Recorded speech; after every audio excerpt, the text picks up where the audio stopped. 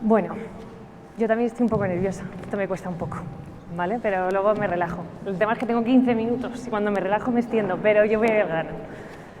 Vale, pues cuando me pidió Iñaki hablar de la biodiversidad y concretamente de vídeo, Dios, es que la biodiversidad es un tema muy complejo. O sea, para mí es como un universo. Entonces, he intentado, digamos, romperla en cachitos para poder entender cuál es el sustento y de dónde viene un poco y de cómo se puede comenzar a regenerar la biodiversidad. Bueno, esta frase me encanta, ¿vale? Creo que me define bastante lo de meterse en un jardín. Creo que hay mucha gente aquí, dice desde este proyecto, ¿no? Puede decir que en menudo jardín me he metido. Para mí me viene como anillo al dedo porque me dedico a hacer jardines. Y aparte esta frase realmente casi puede resumir mi charla de hoy, ¿vale? Porque la situación es tan complicada y al mismo tiempo la solución está en el jardín, en la tierra que pisamos. Entonces, sigo adelante. Vivio me ha hecho reflexionar un montón sobre... bueno, yo soy ingeniero agrónomo, estudié también paisajismo, pero me ha hecho reflexionar mucho sobre cómo vivimos, ¿no? También desde las ciudades. Yo soy urbanita, soy de Madrid, perdón, más alto,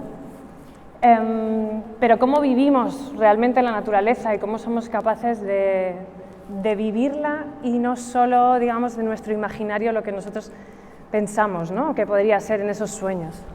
Esta imagen la hemos generado por inteligencia artificial con un prompt estupendo, porque sale una imagen preciosa, en la que además, si uno piensa una mañana de primavera, pues podría decir que está viviendo exactamente un poco ese paisaje, ¿no?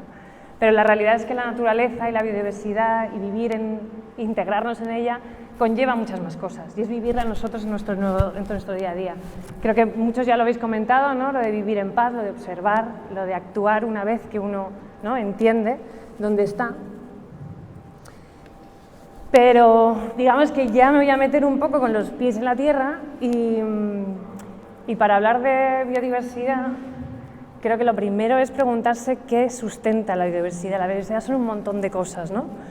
Pero realmente son un montón de cosas que somos nosotros, somos las plantas, son los árboles, son las lombrices, es el suelo, es el cielo, son un montón de cosas, ¿no? Que todas ellas en un ciclo muy complejo crean lo que a nosotros nos imaginamos y nos gusta pensar que es la biodiversidad. Pero realmente, ¿qué sustenta la biodiversidad? En estos momentos, si lo partimos en cachitos, que es un poco también lo que quiero traer al suelo, un poco como las soluciones que vamos a dar en vídeo, lo primero es el suelo. El suelo realmente no solo nos mantiene con los pies en la tierra, sino que el suelo es nuestro sustento, nuestro alimento, y los árboles y las plantas viven de ello, y el suelo tiene que estar vivo. Es algo que nosotros no vemos porque el suelo es plano y encima nosotros estamos por encima de él y realmente no entendemos lo que existe, ¿no?, en ese subsuelo y la cantidad de vida que hay. Abraham lo ha hablado con los microorganismos, ha hablado de ellos que están en el suelo, que son los que hacen, ¿no?, todo el tema de la degradación, ¿no?, de las aguas y son los que permiten además conectarnos, digamos, comunicar, ¿no?, la naturaleza. Luego está la cosecha del agua, que es fundamental, estamos hablando del suelo, oxígeno y agua, y luego en el tema de biodiversidad y de los espacios sostenibles, la vegetación autóctona. Y he añadido al final, como un ápice al final, la fauna local. La fauna local somos nosotros, pero también son los pájaros, los polinizadores, las lombrices, etcétera. Y sin el sustento anterior, es decir, sin los suelos vivos, sin la cosecha del agua y sin una vegetación autóctona, realmente nosotros no nos gustaría vivir ahí. O sea, si es ese cúmulo de tres patas, ¿no? No existe un lugar donde realmente nos sintamos a gusto, tampoco los pájaros ni nosotros mismos queremos estar, ¿no? Pero somos esenciales para el ciclo que conlleva. Voy a hablar primero del suelo. Entonces, perdón, voy a mi chuleta. Entonces, he puesto esta imagen, un poco por lo que he hablado antes, de que al final es como un iceberg. Nosotros solo vemos la punta del iceberg, que es lo que vemos los árboles, o por ejemplo cuando tenemos un huerto vemos que las lechugas salen estupendas y los tomates, y solo vemos esa parte de arriba de lo que implica cavar el suelo y meter un poco de materia orgánica y venga, y todos los años recoger sus frutos. Pero la realidad es que hay muchísimo más abajo y sin eso no somos capaces de sustentar toda la biodiversidad que existe en el planeta.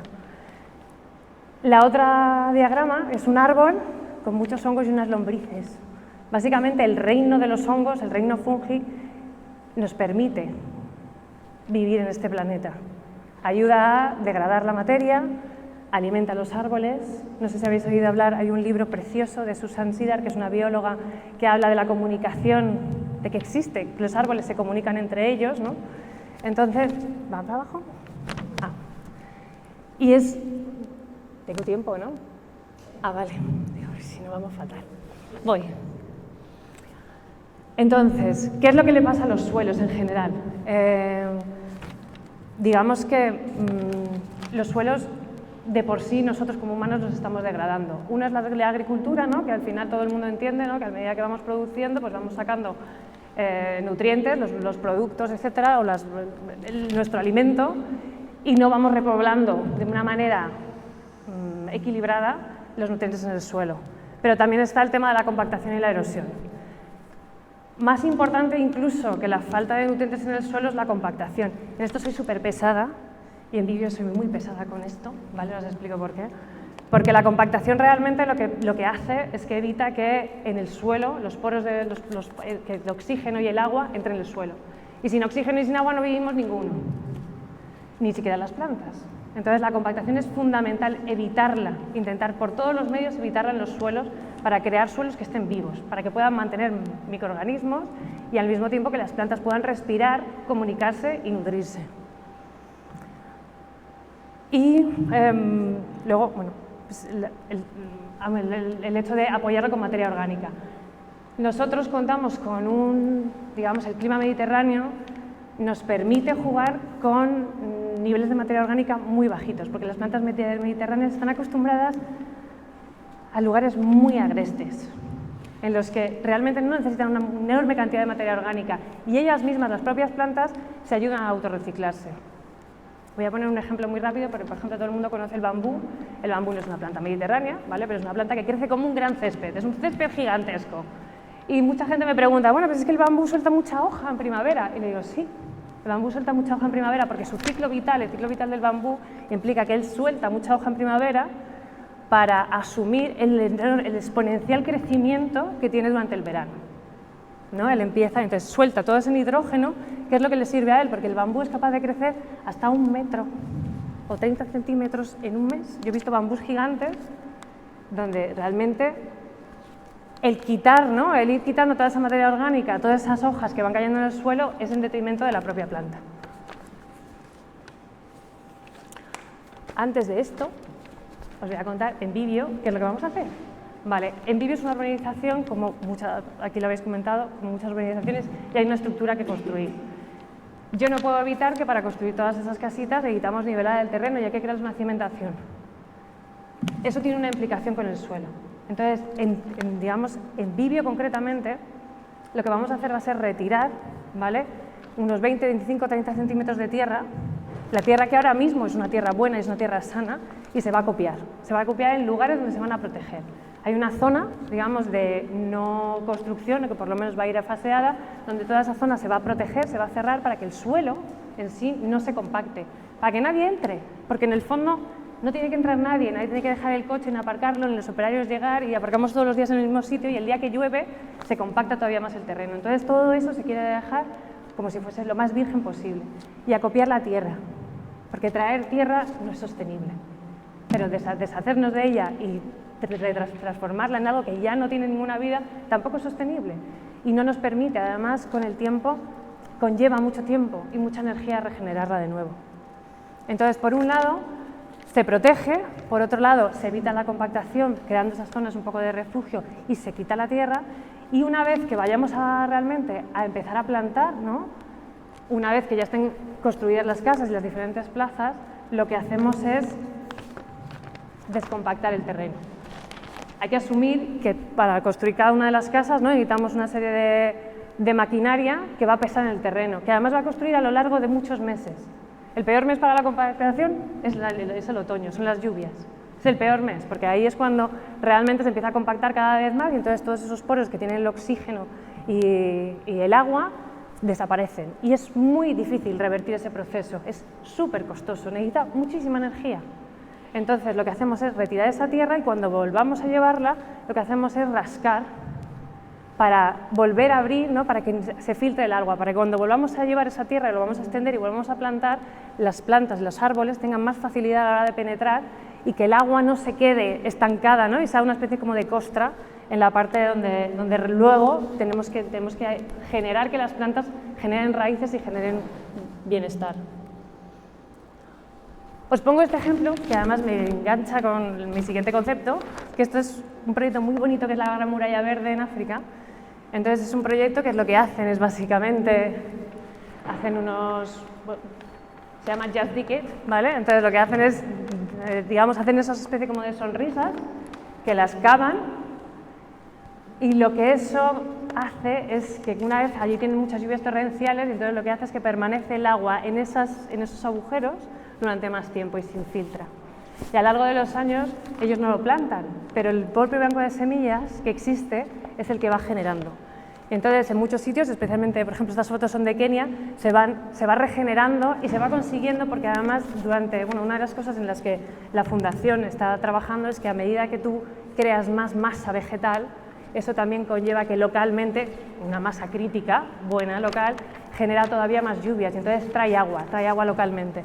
Y con esto están creando este proyecto para regenerar zonas desérticas con lo cual, o sea, me refiero a que en la regeneración de suelos hay muchas técnicas. Son técnicas de arado, son técnicas que se conocen y que, bueno, que se ponen en práctica. Y esto... Ay, me pasa el tema de la cosecha del agua. No. Vale.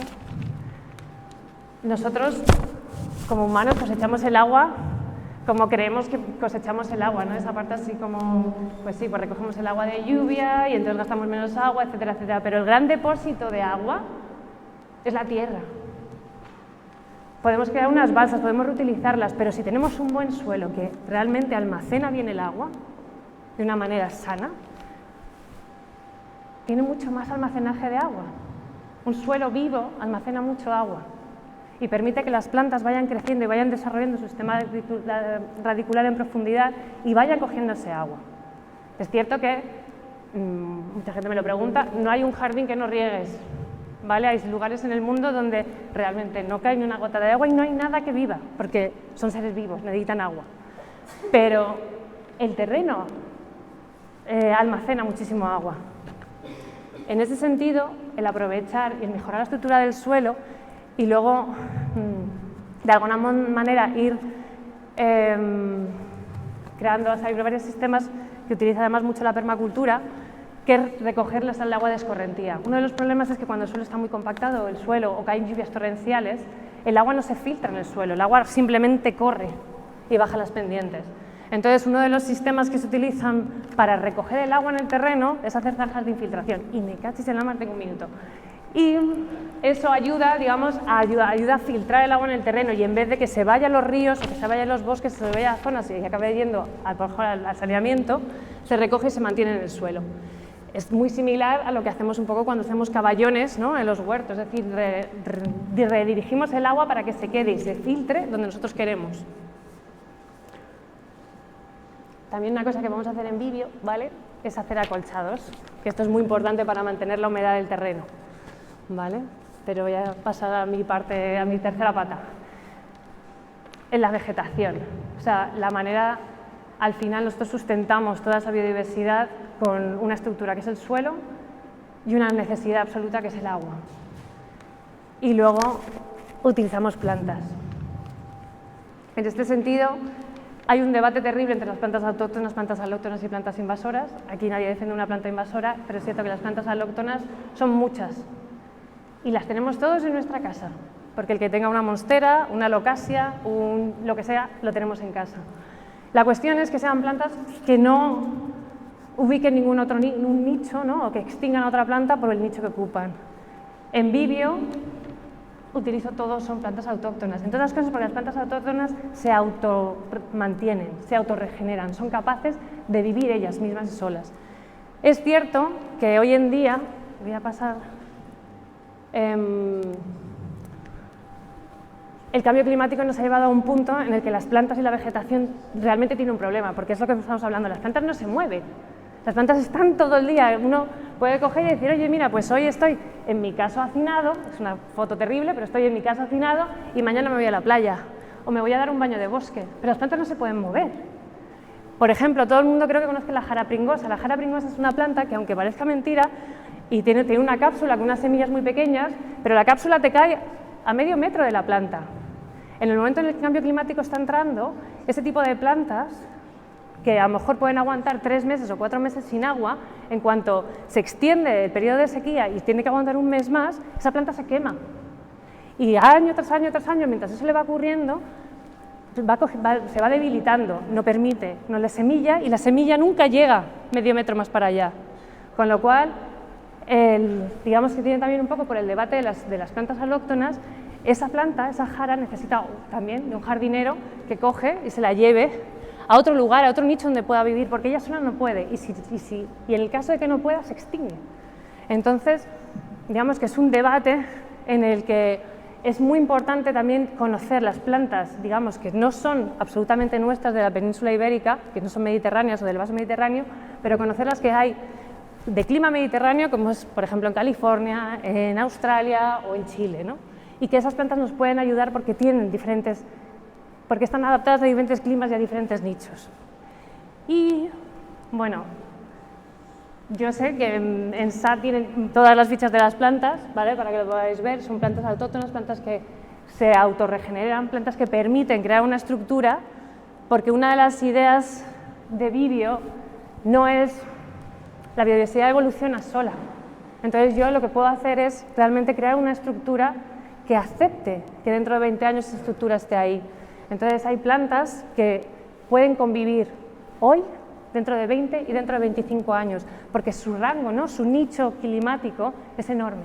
Entonces, aunque cambie, se pueden mantener en ese lugar. Y esas propias plantas crean un microhábitat debajo de ellas, en el que conviven otras, porque Vivio está abierto. Yo no puedo cambiar eso, no puedo cambiar que vengan pájaros de donde vengan, que haya migraciones, que haya movimiento y que las especies vayan evolucionando. Ahora sí, lo que es la estructura, los que trabajan el suelo, los que meten sus raíces dentro y ayudan a que otros creándoles pequeños microclimas, ¿no? Y pequeños ecosistemas. Unas plantas estarán orientadas norte, otras sur, ayuda a generar aún más biodiversidad. Y este ejemplo ya es el último, ¿vale? Que me parece también un ejemplo súper bonito. Esto es un método que se llama Miyawaki, que lo que hacen es crear bosques en muy poco tiempo. Plantan densidades asombrosamente juntas, plantan árboles entre 3 y 5 árboles por metro cuadrado, muy chiquititos en plantones, y no entran, con muy poco mantenimiento. Esto está generando un movimiento también en el que son capaces de crear bosques en 20 años, que eso está como, o sea, realmente es como una idea absolutamente increíble, pero genera cantidades enormes de biodiversidad y se puede hacer desde sitios muy chiquititos, desde pequeños parquecitos hasta lugares asombrosamente grandes. En Vivio es una de las cosas que queremos incorporar. Y ya está, y perdón, que me he ido.